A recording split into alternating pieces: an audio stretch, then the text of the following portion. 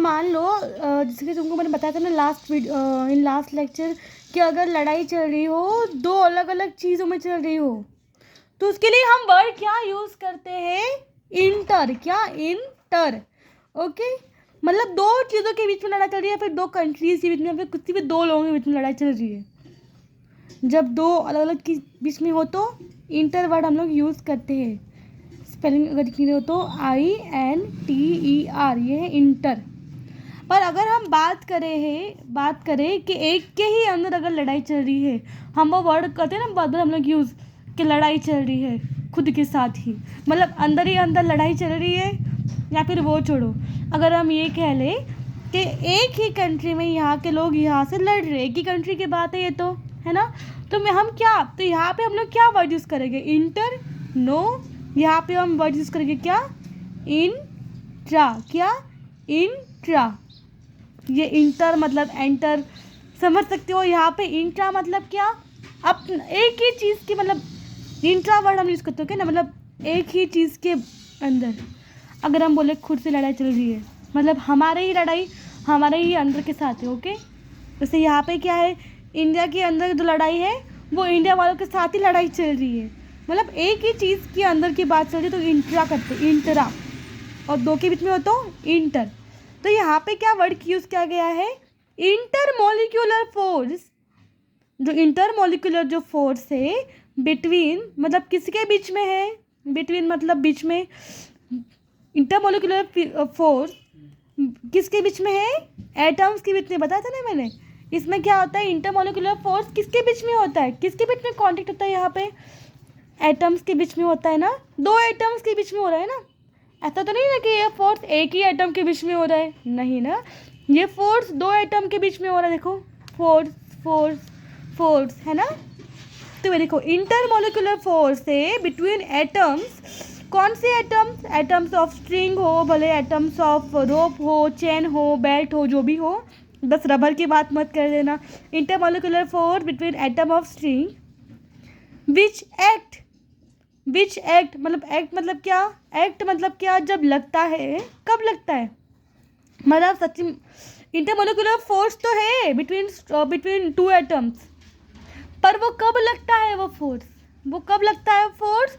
When string gets stretch, मतलब जब हम लोग स्ट्रिंग को जब खींचते हैं तब ही जाके जो इंटरमोलिकुलर फोर्स है दो एटम्स के बीच में स्ट्रिंग में वो लगता है।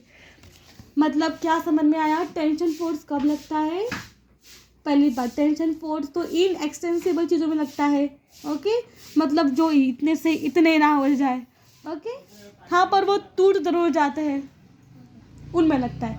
नाउ सेकेंड थिंग, लगता कब है? लगता तब है जब उनको हम खींचे, और खींचने पे जब उनको हम खींचते हैं ना, तब उस डोरी के बीच में जो दो एटम्स है ना, जितने भी एटम्स है उन एटम्स के बीच में फोर्स लगता है, तो उसको हम टेंशन फोर्स बोलते हैं। ओके, तो जब भी हम खींचे डोरी को तब उसके अंदर क्या लगता है? टेंशन फोर्स लगता ही है, भले वो कोई चेन हो, डोरी हो, कुछ भी हो, पर बस वो इतना से इतना नहीं होना चाहिए कि तब उसमें क्या लगता है? तब उसमें लगता है टेंशन फोर्स।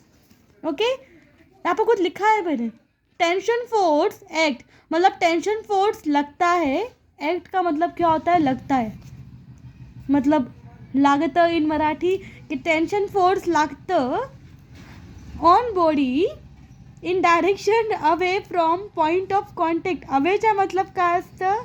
अवे मीन्स होता है दूर, दूर दूर भागो, गेट आउट। हमने ये तो पढ़ लिया था कि टेंशन फोर्स किन चीज़ों में लगता है, जिसको यहाँ तो इतना नहीं कर पाते। कब लगता है? जब इसको हम जिसको हम खींचते हैं तब लगता है। पर वो जो फोर्स है उसका डायरेक्शन कहाँ पे होता है? टेंशन फोर्स है, वो एक फोर्स है। पता है कि फोर्स एक वेक्टर क्वांटिटी है, मतलब वेक्टर है, तो उसको डायरेक्शन में उसको बहुत फ़र्क पड़ता है, हाँ, है ना। हाँ, तो टेंशन फोर्स का डायरेक्शन कहाँ पे होगा फिर? है कि नहीं सवाल सोचने वाला? तो सुनो, जिधर भी कांटेक्ट है, ओके, जिधर भी कांटेक्ट है तो कांटेक्ट से दूर ही लगता है। अभी यहाँ पे कांटेक्ट दो चीज़ों की बात कर रही हूँ। ओके, वो छोड़ो भी, I will show you now.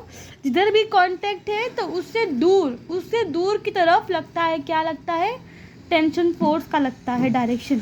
Tension force act on body in direction away, मतलब दूर, फ्रॉम पॉइंट ऑफ कॉन्टैक्ट। हम देखते थे एग्जाम्पल, तब तुम लोग अच्छे से समझ जाओगे।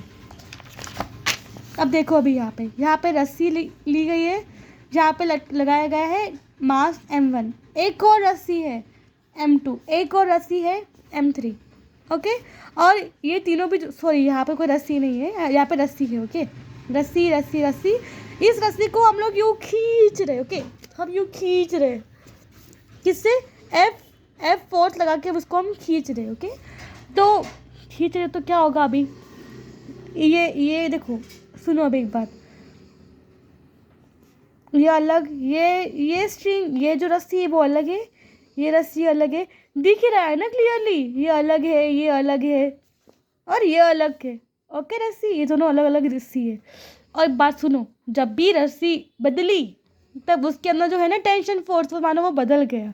यहाँ पे ये यहाँ तक तो रस्सी एक ही है ना, तो किधर भी तुम लो तो टेंशन फोर्स हर एक पॉइंट पे यहाँ पे सेम ही होगा। पर कब? जब ये जो रस्सी है ना, उसका जो मास है वो बहुत ही ज़्यादा कम हो, तब हम ये चीज़ बोल सकते हैं, ओके। ये चीज़ हम लोग देखेंगे हम लोग बाद में। अब बताओ, यहाँ पे कांटेक्ट, यहाँ पे रस्सी यहाँ पे है और मास m1 यहाँ पे है, तो कांटेक्ट यहाँ पे हुआ ना, यहाँ पे हुआ कांटेक्ट। तो कांटेक्ट से दूर मतलब क्या, अभी यहाँ पे लगेगा नहीं ना, रस्सी में लगने वाला है ना फोर्स है। तो कांटेक्ट अभी यहाँ पे रस्सी और इस ब्लॉक के बीच में, तो इस कांटेक्ट से दूर मतलब कहाँ पे, यहाँ पे। तो टेंशन फोर्स लगेगा कहाँ पे, इधर। तुम बस ये एरो को देखो, ये एरो कहाँ पे, ये एरो लग रहा है यहाँ पे, दूर भाग, देखो ये दूर भाग रहा है, देखो दिख रहा है ना, दूर भाग रहा है। ये मीन्स क्या, टेंशन फोर्स कहाँ पे लग रहा है, इस रस्सी में। ये कांटेक्ट जो है ना इससे दूर। अभी ये रस्सी और इस m1 ब्लॉक, यहाँ पे हुआ कांटेक्ट है ना, ये रस्सी और ये m1 ब्लॉक में यहाँ पे कांटेक्ट है ना, तो कांटेक्ट से दूर मतलब यहाँ T1 मान सकते हो, T1, बिकॉज ये अलग अलग बताया ना, अलग अलग रस्सी है तो अलग अलग होगा टेंशन। यहाँ पे T माना तो फिर यहाँ पे T1 मान लो, फिर यहाँ पे T तो बिल्कुल भी होगा नहीं। यहाँ पे कांटेक्ट था तो यहाँ से दूर ये रहा T1।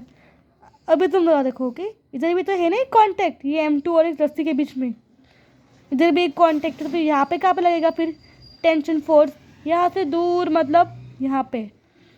रस्सी तो वही है ना, तो टेंशन तो सेम ही रहेगा। यहाँ पे कांटेक्ट यहाँ पे था और यहाँ पे कांटेक्ट यहाँ पे है, तो इससे दूर और इससे दूर ये रहा। वापस से अभी इधर कांटेक्ट कहाँ पे है, ये ब्लॉक और इसके बीच में इधर कांटेक्ट है, तो इस कांटेक्ट से दूर लगेगा क्या, T2 force, T2 tension. Contact से दूर भागो, और यहाँ पे कांटेक्ट इधर है तो यहाँ से वापस दूर भागो, ये रहा। वापस ये T2 रहेगा ना, बिकॉज रस्सी तो एक ही है। समझ में आ गया, ओके। आगे कुछ लिखा है मैंने, इफ स्ट्रिंग इज मासलेस, मतलब जब रस्सी मासलेस हो, मतलब जिसका मासलेस, तो ऐसा कोई चीज़ पॉसिबल ही नहीं है जिसके पास मास ना हो। लेस मतलब क्या, है ही नहीं।